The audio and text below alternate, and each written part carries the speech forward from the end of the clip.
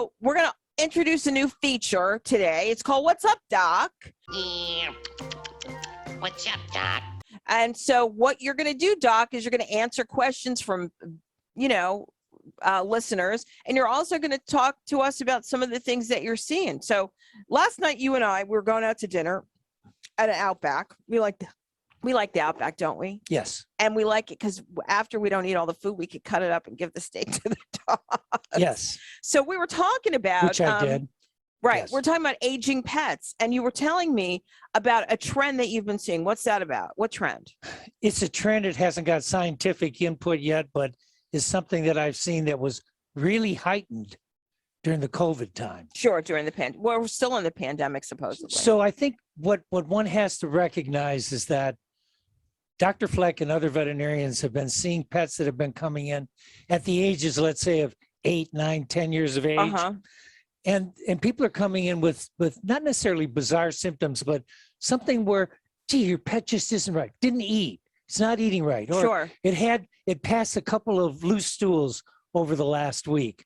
Or it just, Yeah, we get the picture. yes, things just aren't the way that it normally is. And people are questioning, well, what's wrong with my pet? And to their credit, most people are taking their pet to the veterinarian to have it analyzed.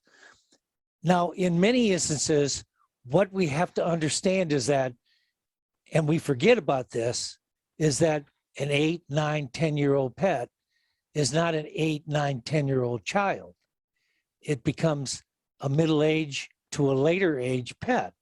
And if we think about middle or later age people, that's when they really start having changes in their body, their physiology, and have medical issues. Sure. I mean, I guess you can equate this to two things. I mean, people are saying that they're spending more time at home since the pandemic. Yes. So they notice changes in their pets. But it's beyond that. And I've always said, like, the downslope happens at 40.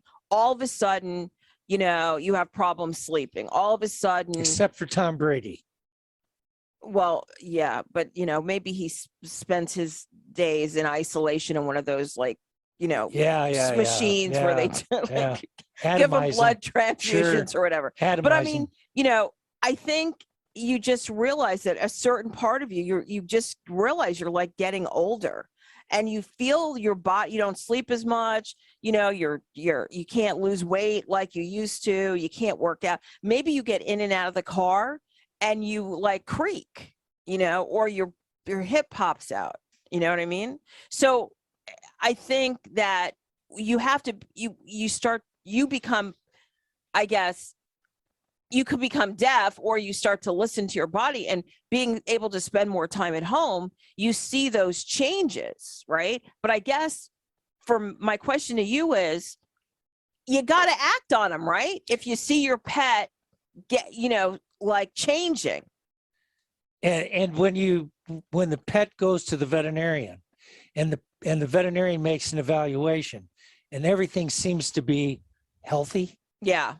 And you mean like the toolbox, like the things, what kind of things, the blood tests and stuff like that? It is, but at the same time, veterinarians have to become more aware, and they are becoming more aware that people are monitoring their pet, because that pet is part of the family more than what it has been. Okay. And that there are changes that we now have to start making recommendations, and we have to look at the pocketbook at the same time. We have to start making recommendations that are going to help promote the health, because real honestly, we live 80, 90 years. Sure. But our pets, if they live 20 years, is a long time. And that's very few but and far what we between. Want to do, and what people are recognizing and becoming fearful of, is the end drawing near at 10, 11 years of age? It doesn't have to be. Or it could even be, depending on the breed, 8 years of age or 4, 6 years of age. Have a Great Dane, for example. Yeah, exactly. That's what I was thinking about. No, I mean, I agree with you. I think it's a combination of recognizing, and that's where we get to the crux of this. Your pet is not a mini me. I mean, you love it. You share your lifestyle with it. But I mean, like Ty, our dog, is a perfect example. Yes. Ty traveled all over the United States, and people now are finding out from booking TV segments that he's passed on. But I remember like that first time that you and I noticed he's not the same. And then we went through another segment where he wasn't moving, the mobility was affected.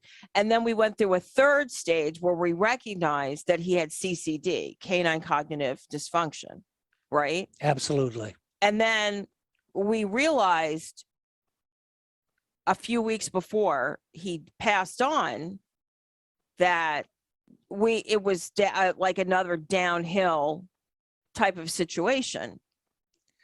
And what I'm trying to promote here is that people, we've heard veterinarians say in the past in some of their education, well, come as your dog or your pet, dogs and cats, as they mature.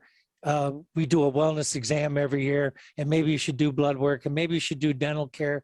And lots of times I think that the pet owner thought that it was just a financial thing. And there's certainly a financial approach that goes along with that. And it may not need all of that, but it does definitely need to have a wellness exam and that conversation so that we can find the best way as a veterinarian, as the keeper of the health for your pet. People have to start becoming aware as their pets are maturing.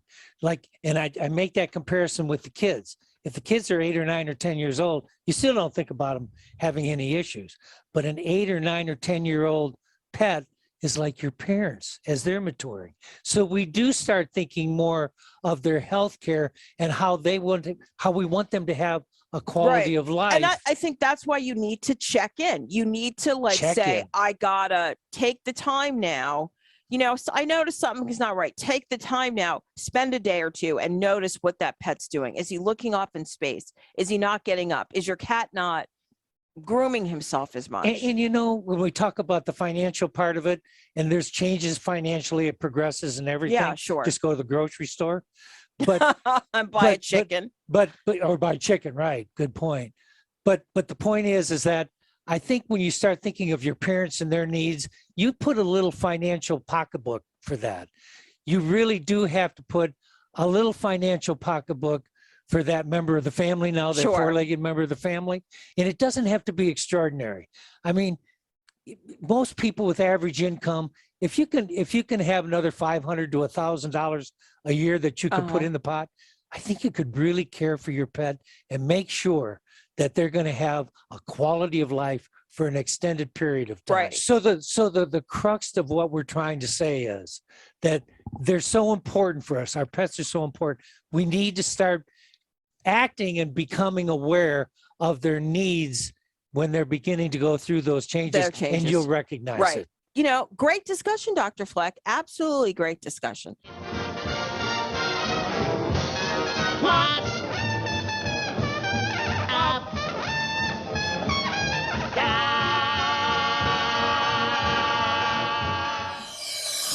Thanks for viewing our content on Pet Buzz Plus.